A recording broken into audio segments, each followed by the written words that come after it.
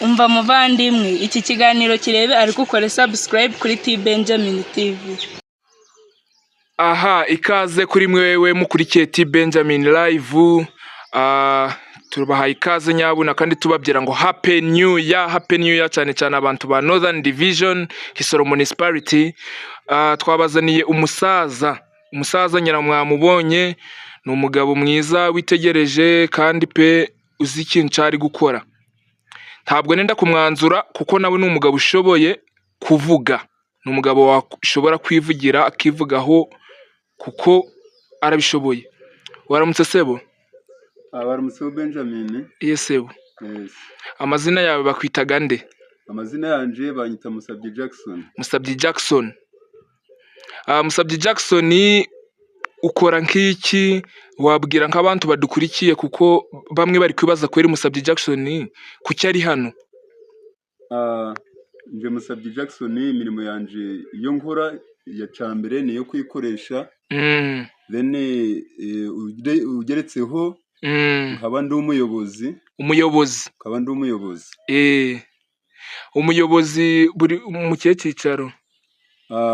Ubu ngubu ndi chairperson wa LC1 Nyagashinge village. Hano mu Northern Division Kisoro Municipality. Sasa hari inkuru twumvishe, urumva? Yes. Twumvishe inkuru yuko ushobora kuba urwatanira intebe y'ubwa LC3 chairperson wa Northern Division. Hari abantu bashaka kumva ni ukuri nangwa? Namazima iyo nkuru ni ukuri. Numvishe ngize icifuzo cyo kujya mu mpabware ku ntebe ya LC3 Northern Division. Kugira ngo nkomeze gufatanya n'aba Northern Division dushobore gukora amajambere ga division. Division yacu gatera imbere. Ariko ngira ngo abantu bashaka bakwihera karuru. Kandi ico nshaka gusaba abaturage bo kuko division kugira ngo muzampa karuru dushobore gufatanya kugira ngo tuzamure division yacu. Kuko hari impamvu itumye mvuga nti abantu bagwa karuru. Hari ahantu nagenda aja henshi ugasanga abantu bari kuvuga ati chairman wa Nyagashinge yibari we chairman wacu. Ugasanga umuntu avuga ati ngo yibaye nk'abo Musabye ari we chairman wacu. So ngira ngo abantu ba Northern Division baba bagize umugisha uhagaze nka chairman wa division yabo. Okay. Iyi recommendation ni nziza kubera ubuyobozi maze igenda chairperson wa Nyagashinge. Ngiriyo nyiyoboramo n'abantu bahanze baba bari kubyitegereza. Kandi ubu ngubu igihe cyo maze ndi kwiyobora nta kibazo cyose kibi cyumfitanye n'abaturage ni Banyagashinge. Kandi ubu biteguye kumpa amajwi menshi. So mu gihe cyo nari ndi kwiyobora Nyagashinge abandi bantu bo hanze babaga bari kubireba bareba n'imitwarize yanje. Ubwo niyo mpamvu baba bifuza kugira ngo mbe umuyobozi wabo.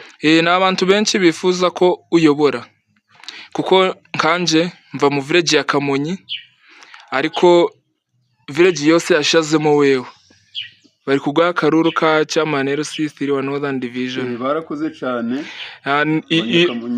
Sasa kubera nje ndi umuntu utamburaga, iyo ndebye nazindiro hose niho bari kuvuga niho bashaka. Okay. So ubaye ugiyeyo baguhaye chance uri kubona ko watuzanira nkayahe majambere? Amajambere yo aba yifuzwa ni menshi. Cyambere nka Northern Division dukeneye imihare kugira ngo imihare yacu irebeke neza. Dukeneye amazi n'ibindi byinshi. Empowering abantu kugira ngo bagire nka businesses bwo bakora kugira ngo nabo bashobore gutunguka.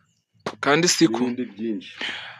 Nkunze no kubona hari ibice byujaga mugasanga imihanda barayikoze bitewe na ba chairman babaga barayisabye abayobozi batuye muri ako karere muri ako gace. Ariko nkareba nk'imihare ya Northern Division real nk'umuhare gugiye kuri la kanisa ya Kisoro Community Church ntabwo gutunganye. Kisoro Community Church hano hafi n'urugo rwawe.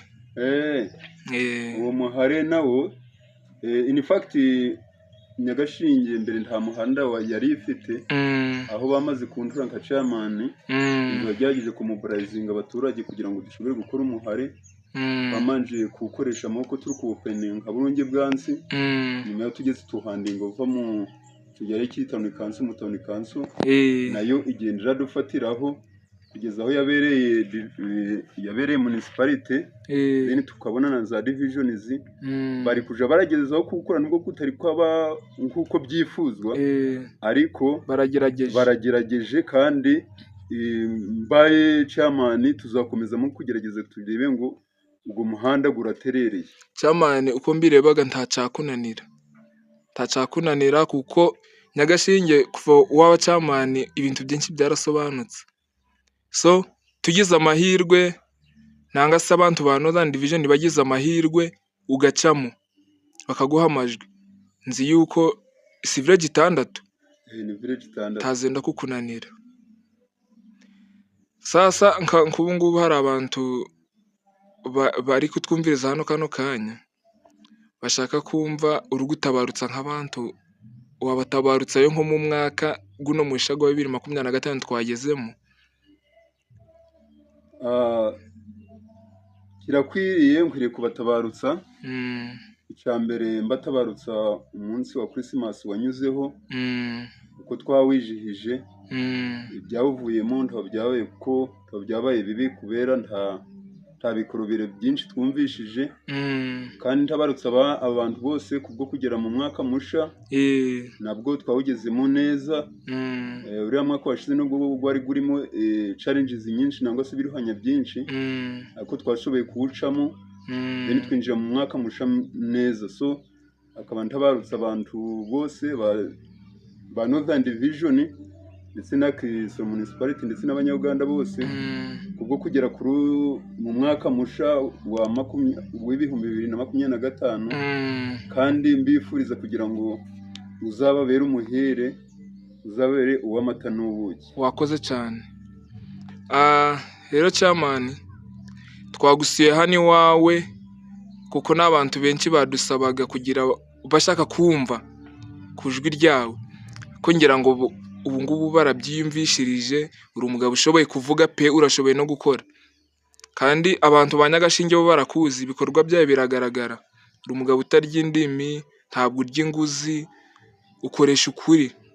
So abantu bakwihera Karusi village 6 harimo Nyagashinge, Gishegera, Cyahi, Zindiro, Kamonyi na Gasa.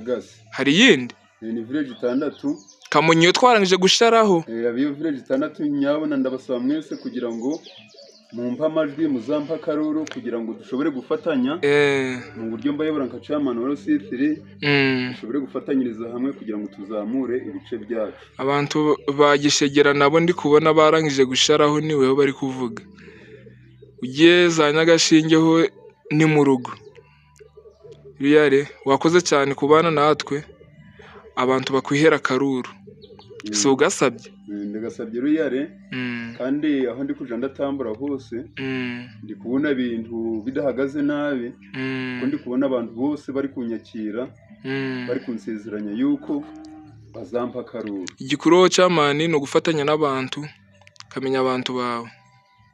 Gufatanya nzafatanya nabo, kandi ngabwe buri gihe mfatanyaga n'abantu, kandi ikindi c'ubuyobozi harimo gukora ibyo by'amajambere, ariko harimo no gushaka n'ubushuti. So mu gihe mba ndi kwiyamamaza ndi gushaka amajwi, mbaga ndi gushaka kugira ngo aho n'abantu babe inshuti zanje, kandi nanje mbe inshuti zabo, kugira ngo dukomeze gufatanya na cane mu bibi no mu byiza dufatanyiriza hamwe. Amin. Wakoze cyane, abantu basezereho twirangiriza. Murakoze cyane abanyumvirije mwese, murakoze kutwumva, kandi mbasaba nyabona kugira ngo mukomeze munshigikire kugira ngo intsinzi izabe yacu. Mbaye ndamutse nyuzemo namwe muzaba munyuzemo. Amen. Kandi mbasaba kugira ngo urabura umuhagizi wanje wese agerageze kunshakira n'akaruru muri bagenzi be. niko bimeze. Atari n'abantu za division gusa, n'abo hanze bashakaga amajwi bari kureba kiri kuvira uko bitegereza umuntu uko ashoboye ubuyobozi. So nubwo waba utari mu Northern Division uri hanze ukaba uri kureba nkwiriye, wagerageza kumuburayizingira mu area mu electoral area yanje, nuko nkashobora kuzabona ubururu bwinshi tugatsindira hejuru. Wakoze.